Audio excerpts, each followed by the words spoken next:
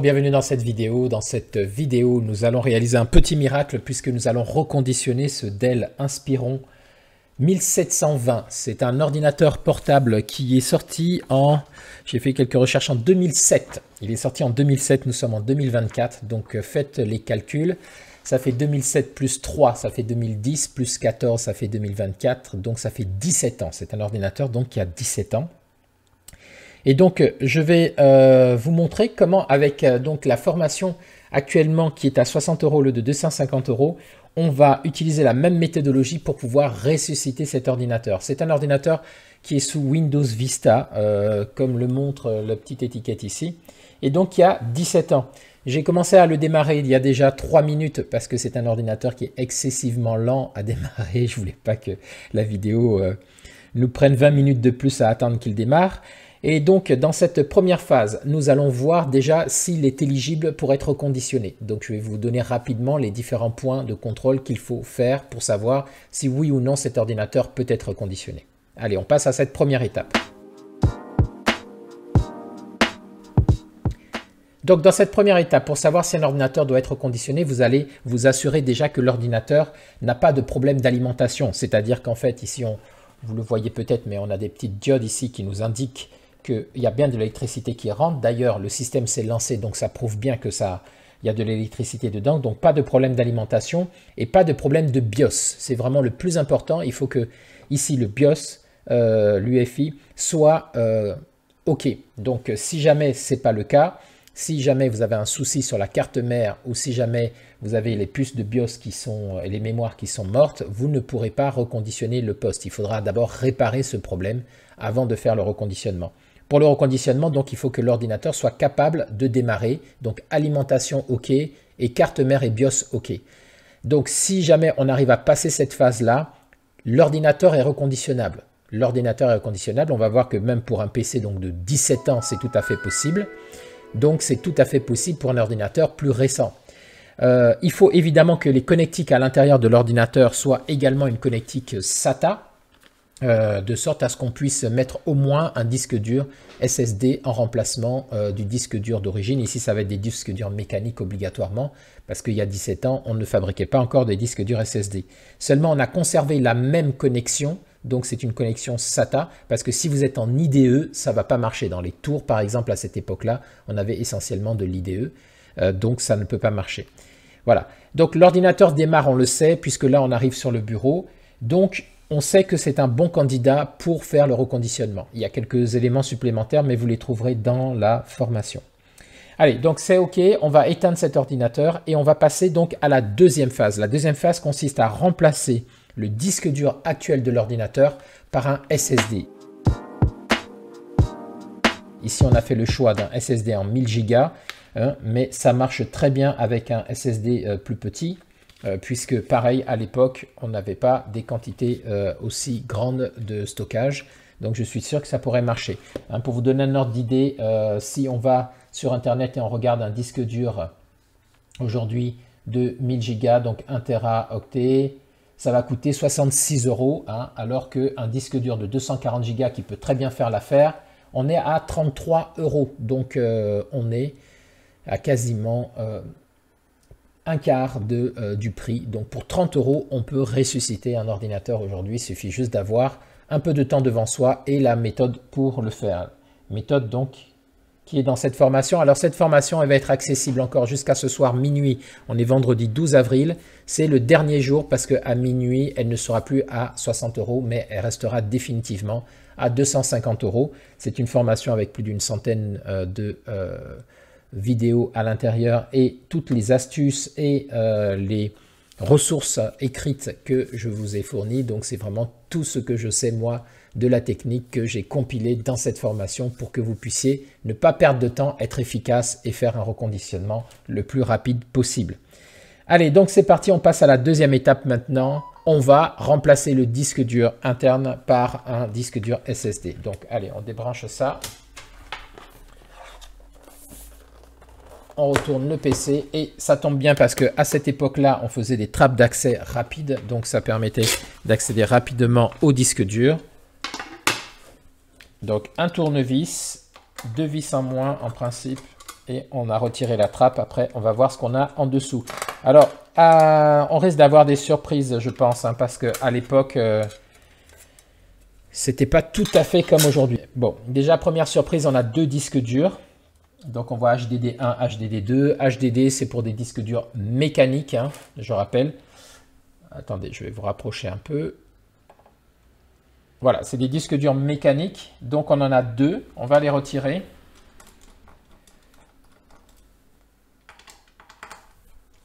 Et on va les remplacer par nos disques durs, notre disque dur ici en SATA. Donc pour retirer un ici, et puis je vois qu'il y a une vis là-haut qui doit permettre aussi éventuellement de le serrer. On va retirer ça.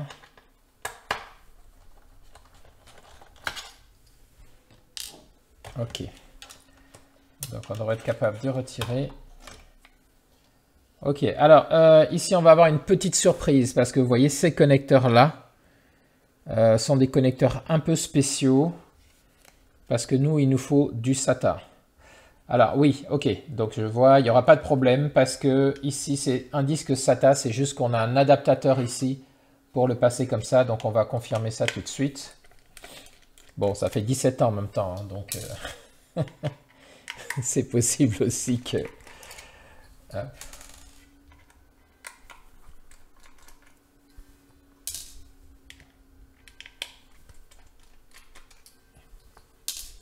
Ok, donc on va retirer notre disque. C'est pas facile, hein, parce que tout ça est un peu vieux. Ok, donc logiquement... Ah, voilà. Donc logiquement, vous voyez, en retirant l'adaptateur ici, on a bien une connectique SATA. Donc on va pouvoir utiliser notre disque dur en SATA également. Ok, donc on va remiser celui-là. On n'a plus besoin pour l'instant de cette connectique. On va la remettre en place.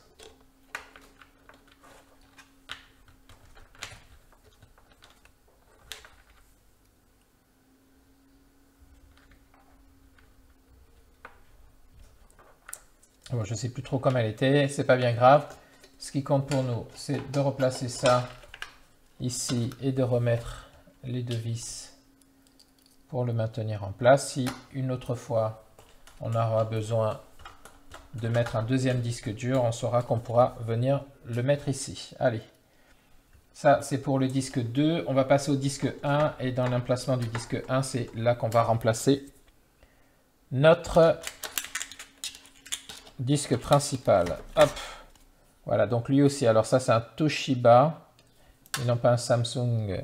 Non, oui, non pas un Samsung comme celui-là. C'est un Toshiba et en taille... où est-ce qu'ils m'ont mis ça? 250 Go. Donc c'est un Toshiba de 250 Go. Allez, on enlève les vis ici et on le remplace par notre disque dur.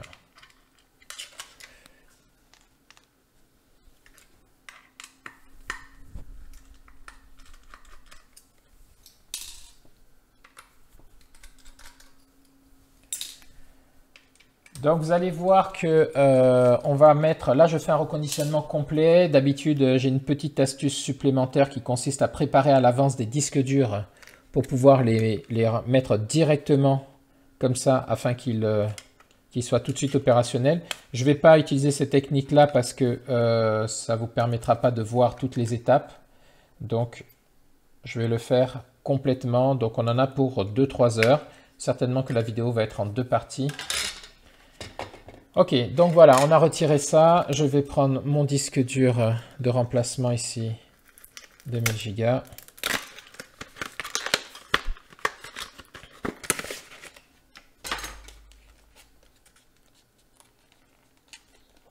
Donc peu importe, hein, vous voyez ça c'est un disque dur récent.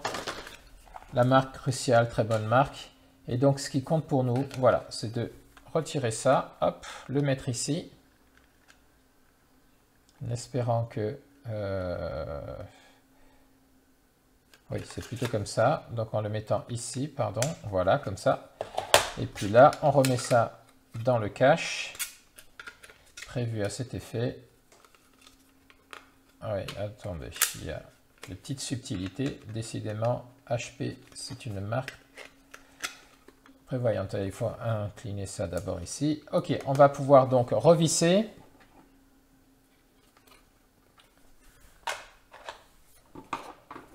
Et c'est reparti. Donc cette étape de démontage, si vous avez un doute et que vous ne savez pas à quel ordinateur vous avez affaire, vous tapez sur YouTube Disassembly, D-I-S-A il me semble, 2-S-E-M-B-L-Y, et suivi du nom de votre ordinateur. Donc moi par exemple ici j'aurais mis Disassembly Dell Inspiron 1720. Et vous regardez les vidéos, vous regardez au moins 2 vidéos qui montrent, Disassembly ça veut dire démonter complètement. Et donc vous regardez 2 vidéos qui montrent comment on fait le démontage. Comme ça vous n'avez pas de surprise. Ok, donc là on va fermer ça. Et puis un autre ici. Voilà, toutes les autres vis, c'est cadeau. On referme la trappe. Et donc, on a fini la première étape qui consiste à remplacer le disque dur. Alors ça, c'est vraiment à la portée de n'importe qui. Il suffit de savoir utiliser un tournevis cruciforme.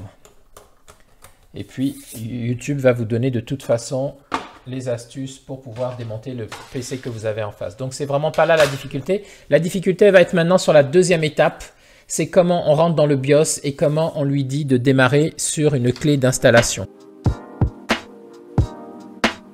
Alors pour cette vidéo, je vais prendre une clé classique. Je ne vais pas utiliser ma clé Ultimate Laventoy parce que je vais vraiment le faire dans les conditions les minimales. Donc une clé faite avec un Windows 10 installé dessus, faite avec le Media Creation Tool de Microsoft. Allez, on passe à cette deuxième partie. Bien, donc comme je vous disais, on va utiliser cette clé faite avec le Media Creation Tool. Si vous ne savez pas comment faire, je vais vous mettre un lien en vidéo, le lien de la vidéo dessous pour que vous alliez la réaliser. Une fois que vous avez fait cette clé USB, vous revenez dans la vidéo pour poursuivre l'installation. Donc ici, on va mettre cette clé USB dans un port USB. Donc à l'époque, on avait des ports USB 2 grand maximum, donc on ne va pas lui demander la lune. On va trouver un port USB ici. Allez, à l'arrière, on en a un. On va mettre ça là. Il y en a aussi sur le côté ici. Oui, on va mettre sur le côté parce que peut-être que sur le côté, ils avaient privilégié des choses plus rapides. Voilà, on va rallumer notre ordinateur. Et là, ce qu'on va faire, c'est qu'on va rentrer dans le BIOS pour pouvoir lui dire sur quoi il faut qu'il démarre. Parce que là, il n'y a plus de système dans l'ordinateur. Donc forcément, le système va chercher un système d'exploitation et démarrer dessus. Donc on va lui indiquer ça, et pour lui indiquer ça, il faut rentrer dans le mini-programme qui est non pas dans l'ordinateur sur le disque dur, mais dans l'ordinateur sur la carte mère. C'est le BIOS, et ce programme-là va nous permettre de pouvoir configurer sur quoi on veut faire démarrer cet ordinateur. Donc on a vu que quand on allumait, il y avait un F2 en haut et un F12 qui nous disait sur quoi on doit démarrer. Donc on va appuyer dessus, et on va appuyer sur ces touches. Donc vous voyez, là c'est le BIOS qui démarre, et en haut ici on va avoir voilà, F2 pour entrer dans le setup. Donc j'appuie sur F2 et là je rentre dans le BIOS. Alors on est vraiment sur un BIOS d'origine. Je vais vous rapprocher pour que vous puissiez voir un peu mieux. C'est vraiment un très très vieux BIOS. Hein. Ça faisait longtemps que je n'avais pas vu ça. Donc ici on a des informations sur le système. Nous, ce qui nous intéresse, c'est la partie qui est boot séquence, la séquence de démarrage. On va aller dessus. Alors, je regarde au passage un peu. Donc, on a bien un Core Duo processeur qui est cadencé à 2,20. La mémoire, donc, c'est du 3 Go 72, donc 4 Go. Ici, il voit un 1000 Go. Donc, on voit qu'il a bien détecté notre disque dur en premier disque dur. Et second hard drive, il n'y a rien puisqu'on vient de le retirer. Et il voit qu'il y a un lecteur DVD. OK. Il y a un chipset vidéo NVIDIA, très bien. Batterie info A, il nous dit même que la batterie elle est chargée à 86%. L'heure, Et il a bien gardé l'heure, donc ça veut dire que la pile à l'intérieur, ce qu'on appelle le CMOS, la pile qui permet de conserver l'heure, elle est encore en bon état, puisqu'on voit que ici l'heure s'affiche correctement. Allez, on est dans la bout de séquence, voilà, c'est ici qu'on va devoir changer tout ça. On va lui dire de démarrer sur un périphérique USB et non pas sur une disquette ici. Donc il va falloir changer tout ça. Donc on va regarder les informations qu'il nous donne. Il nous dit qu'ici il faut appuyer sur moins. Appuyer sur Up et Down Arrow pour choisir un champ différent. Ensuite, Entrée pour modifier les informations. Donc, je vais cliquer ici sur Entrée pour entrer dans la séquence. Ici, disquette, je vais appuyer sur Entrée. Non, ça n'a rien fait. Donc, okay, je appuie sur Entrée. Ici, pour faire plus et moins, si je fais moins, est-ce que s'il se passe rien? Page Up, Page Down, ça va nous faire quelque chose non plus. Appuyer espace pour désactiver ou activer un périphérique. D'accord, donc si j'appuie sur espace ici, voilà, celui-là je l'ai enlevé, donc maintenant il passe en internal HD. Ok, donc maintenant on va pas booter sur la disquette, c'est pas la peine. L'ordre de démarrage des Space Key Control Whether a particular device is bootable. Ok, pour dire si on veut utiliser. Alors nous, on va utiliser alors le disque dur ou un périphérique USB. Ok, alors on a une autre possibilité. Si on ne peut pas le faire monter,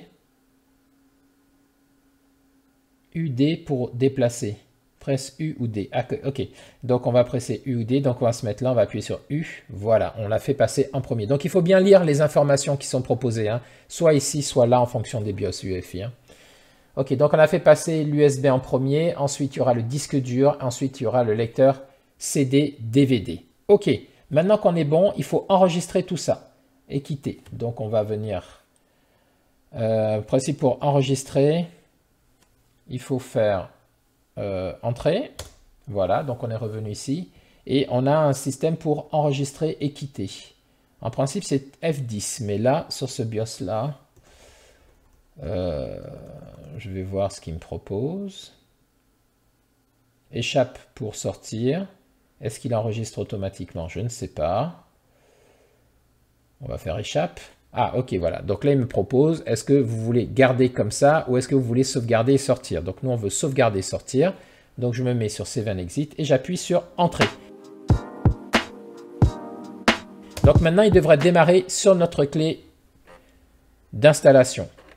On va voir. Si jamais il ne le fait pas, on a le F12 ici pour entrer dans le boot menu. On ira l'aider. Alors ça, c'est bon signe. Et le petit logo que je viens de voir aussi, c'est bon signe. Ça veut dire qu'il a trouvé notre clé.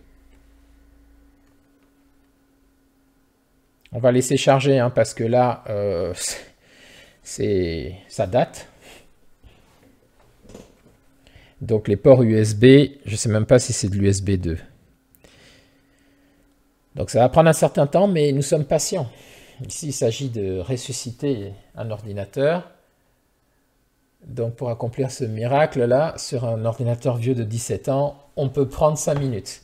Ok, donc ça c'est très bon signe, ça veut dire qu'il a commencé à charger les fichiers pour l'installation. C'est parfait, on arrive sur le menu de démarrage. Donc ici, on va venir faire suivant. On va faire installer maintenant. Donc là, qu'est-ce qu'il va faire? Il va copier les fichiers d'installation de la clé, il va les copier sur le disque dur. Ok, ici, on va dire je n'ai pas de clé. Ici, on va choisir un Windows 10 professionnel. On va faire suivant.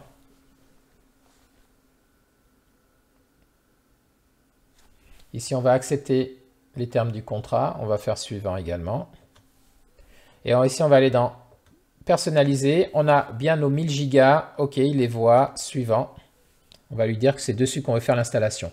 À partir de là, il va copier les fichiers de la clé. Il va les copier sur le PC. Une fois qu'il aura terminé ça, il va redémarrer. Donc ici, on a passé le plus difficile. Le reste, c'est qu'une question de temps.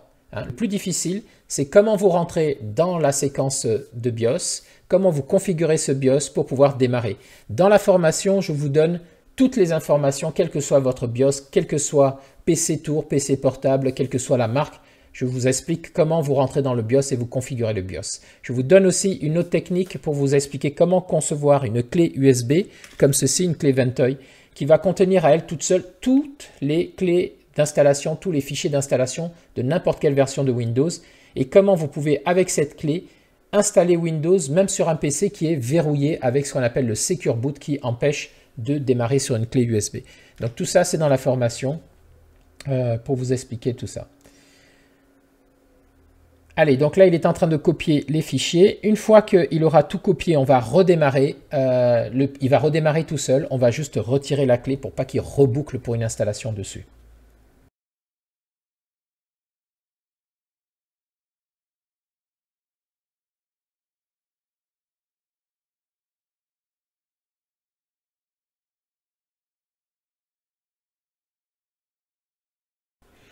Alors ici, on va faire juste le reconditionnement. Dans la formation, je vous donne tous les éléments en plus du reconditionnement. On voit comment on récupère les données qu'il y avait dans l'ancien PC. Donc ici, les deux disques durs, je vous explique aussi dans la formation comment vous pouvez récupérer les données dedans pour les remettre dans le nouvel ordinateur, enfin le nouvel ordinateur carrosserie d'origine, mais disque dur moteur neuf. Donc comment on récupère les données? Ici, on va aller jusqu'à l'installation. On ne va pas récupérer les données. Mais je montre tout ça dans la vidéo de sorte à ce que quand vous reconditionnez un ordinateur pour un utilisateur, vous puissiez lui remettre exactement ce qu'il avait dans l'ordinateur. On voit également quels sont les logiciels que vous allez installer, les logiciels de base, comment vous configurez les mises à jour de sécurité, comment vous activez l'antivirus intégré à Windows. Et ça, je vous explique aussi comment le faire pour Windows 10, mais également pour Windows 11. Donc la formation est vraiment complète, comme je vous disais, avec vraiment toutes les vidéos pour le faire. Donc ça s'adresse à la fois à des débutants pour vous donner cette possibilité donc de réparer tous les vieux PC. Hein. Et ça s'adresse également aussi aux professionnels, hein, vous qui êtes déjà en activité, parce que peut-être que dans vos processus, vos procédures, il y a des choses sur lesquelles vous avez des vides et la formation vous permettra de les combler puisqu'elle est complète, elle est exhaustive. Il y a aussi des astuces de professionnels que je donne.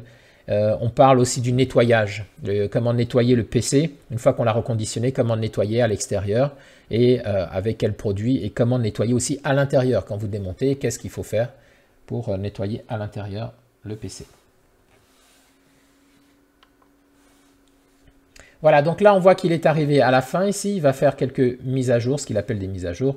En fait il n'est pas connecté à Internet donc c'est des mises à jour du système, il va installer quelques pilotes pour pouvoir faire fonctionner tout ça. Et puis ensuite, il va vouloir redémarrer. C'est à ce moment-là qu'on va retirer notre clé d'installation.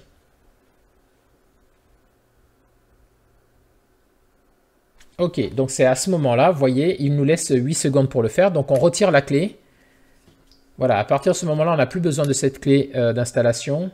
Donc une clé comme ça, un USB, ça va vous coûter moins de 6 €, je crois. Et dessus, vous mettez un Windows, vous ne pouvez mettre qu'un système dessus. Là, on le laisse redémarrer. Il va redémarrer tout seul. Il va trouver maintenant le nouveau système qui est installé et qui est prêt à être déployé. On voit le logo Windows 10, donc très bon signe. Et maintenant, il va continuer. Vous voyez, il charge les pilotes et il va continuer la séquence d'installation.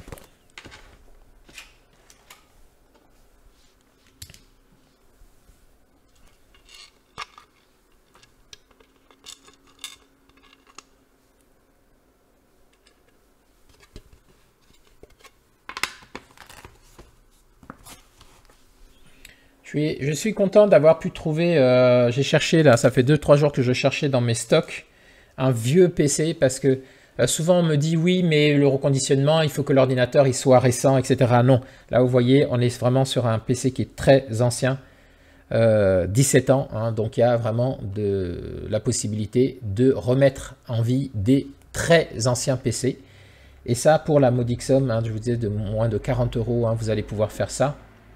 En achetant juste un disque dur, il vous faut un tournevis. Et si jamais vous avez besoin de récupérer les données, il va vous falloir cet appareil, je vous le montre.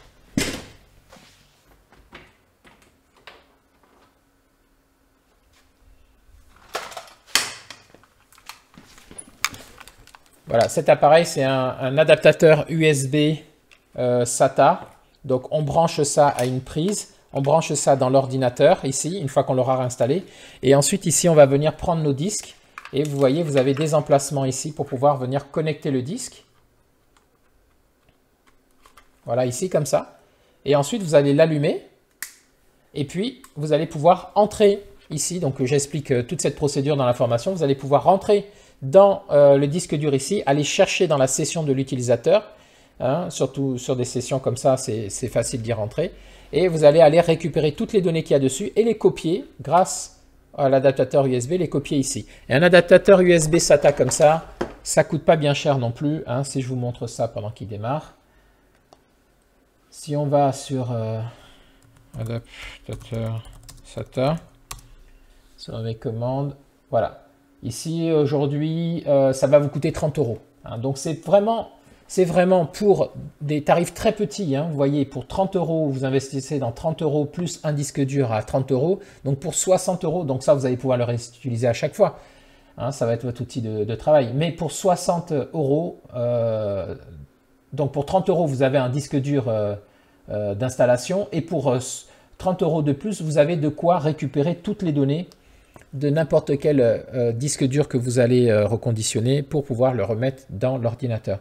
Donc c'est vraiment très peu de choses. La formation à 250 €, vous investissez dans 30 € de matériel et vous pouvez vous faire des petites fins de mois arrondies parce qu'un forfait reconditionnement, ici par exemple à la boutique, moi c'est 250 €.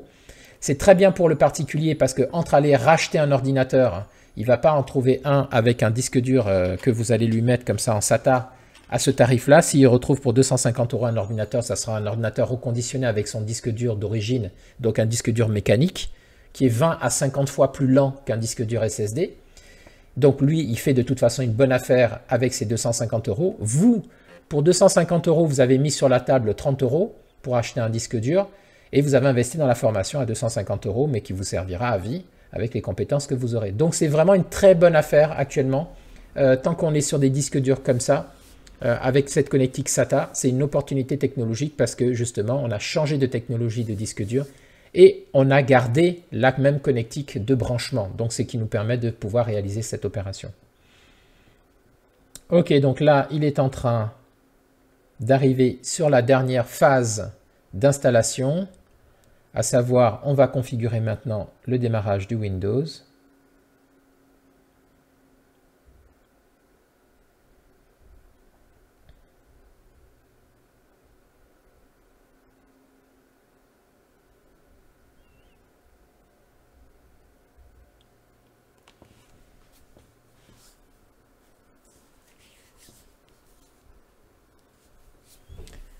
Ok, donc là on va dire qu'on est bien en France. On n'est pas aux îles Fidji. Pas encore. La bonne disposition du clavier, oui, c'est bien français. Ici on va ignorer ça pour un deuxième clavier. Ici on dit qu'on n'a pas internet. C'est une astuce pour ne pas devoir mettre de compte Microsoft. Ici on dit continuer avec la connexion limitée. Et ici, on va mettre un nom d'utilisateur. Donc, pour l'instant, moi, j'ai personne qui doit utiliser ça. Donc, je vais l'appeler utilisateur, ma session. Si vous avez le nom de l'utilisateur et son prénom, vous le mettez là.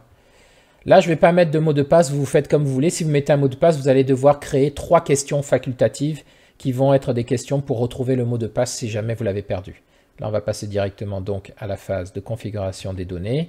Ici, moi, je mets tout à non. Vous faites comme vous voulez.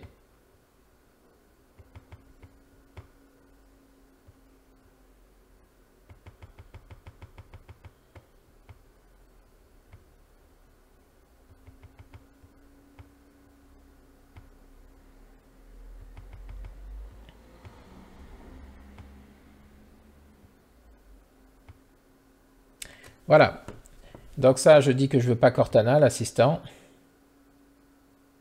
Et maintenant, donc, c'est à lui de travailler et juste après, on va arriver sur le bureau, on aura terminé ce reconditionnement.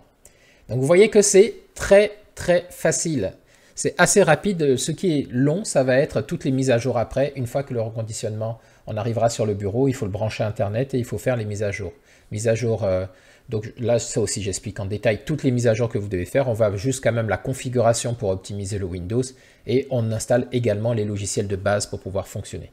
hein. Donc je vous explique vraiment tout ça avec des astuces, par exemple pour faire une installation en une fois. Voilà. Petite astuce aussi, vous voyez que là je suis en train de créer donc un système, un Windows 10, je ne l'ai branché à rien, il va prendre quelques pilotes, mais ce disque dur que je viens de créer, je peux très bien le sortir ensuite de cet ordinateur et le réutiliser dans un autre ordinateur. C'est une technique qui est une technique dite de transplantation de disque dur, et cette technique-là, elle est très intéressante parce que là, cette installation qu'on est en train de faire, qui nous a pris une bonne demi-heure, donc 3/4 d'heure, on n'aura pas besoin de la refaire. Si on va dans un autre PC, imaginons ce PC-là, il aurait fallu juste que je retire le disque et que je mette ce disque-là qui était déjà prêt, et automatiquement, je pouvais démarrer dessus et avoir un système qui est installé. Ça me permet de gagner encore plus de temps. Donc ça, c'est la technique que moi j'utilise à la boutique. Je crée des disques durs. Vous avez vu, j'en ai commandé quelques-uns. Quand ils arrivent, on les installe avec des Windows 10 et des Windows 11. Donc j'en ai quelques-uns d'avance, et puis dès que j'ai besoin de reconditionner, en fait je vais prendre le PC de la personne, je lui dis de repasser dans 1 heure, parce que ce que je vais faire, c'est simplement de transplanter le nouveau disque qui a déjà les mises à jour, et puis je vais juste faire les mises à jour des pilotes et transférer les informations de la personne, et le PC est comme ça prêt. Donc ça, avec un forfait donc à 250 €, vous imaginez bien que si vous en faites une dizaine par mois, allez même 4 par mois, vous êtes déjà 250 multiplié par 4, faites le calcul, c'est 1000 €, ça vous permet d'arrondir vos fins de mois très facilement. Voilà, donc ici, ça y est, on a fini ce reconditionnement. Maintenant, cet ordinateur peut démarrer sur un Windows 10. Hein. Il va falloir faire les mises à jour et tout ça, mais ici, on a un Windows 10 qui démarre. Hein. Si je l'éteins et que je le rallume maintenant, vous allez voir que déjà, il ne va pas démarrer en 8 minutes, comme tout à l'heure, hein. Vous allez voir le temps qu'il va mettre. Donc j'attends qu'il s'éteigne complètement. Voilà, là il est éteint, il est 9h28. 9h28. Oui, voilà, c'est ça. Il est 9h28. Ok, donc là, on va démarrer. Le bouton de démarrage. Et on va regarder le temps qu'il met pour démarrer. Bon, là, j'ai triché un peu parce que 28, ça avait déjà commencé, parce que je viens de voir qu'il vient de passer à 29. Ok, c'est pas grave, mais vous allez voir qu'il va démarrer très rapidement. Regardez. Très rapidement. Et encore, on n'a pas installé tous les pilotes et tout. Voilà, là, on est sur le bureau, donc un démarrage, si je reviens ici, voilà, vous voyez un démarrage, il est toujours 9h28. Il a mis quelques secondes à démarrer. Donc voilà, c'est ce que je voulais vous expliquer dans cette vidéo, vous faire une démonstration qu'il est tout à fait possible donc de reconditionner, de redonner vie et d'accélérer et de réparer un PC qui même a 17 ans, c'est le cas donc dans cette vidéo. Je vous remercie de l'avoir suivi.